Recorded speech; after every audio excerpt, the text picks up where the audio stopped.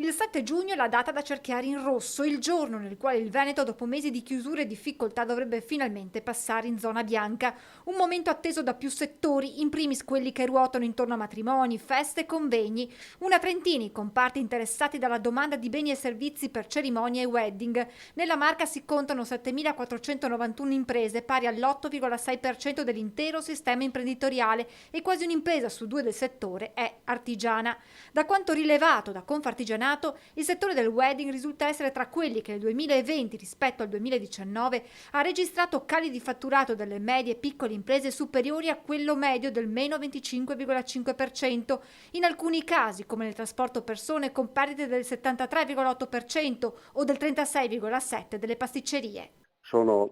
tutta la parte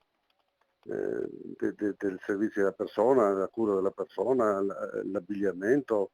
tutta la parte dei fotografi, tutta la parte dei spettacoli, tutta la parte anche del trasporto persone che sono ferme perché non ci sono le gite, non ci sono gli eventi. Nel 2020 a Treviso sono stati celebrati 1490 matrimoni, quasi la metà di quelli officiati nei 12 mesi precedenti, e visto che il periodo che solitamente i futuri sposi scelgono per pronunciare il loro sì è proprio quello estivo, da giugno a settembre, si guarda con fiducia al passaggio in zona bianca per un ritorno alla normalità, anche attraverso il Green Pass, ma avverte Sartor, la certificazione verde deve essere approvata al più presto, vanno evitati, dice, inutili colli di bottiglia burocratici. Se ci sono emergenze e così come sono state fatte procedure di emergenza su alcuni fatti, anche per questa cosa non ci sia sempre la complicazione a fare i semplici.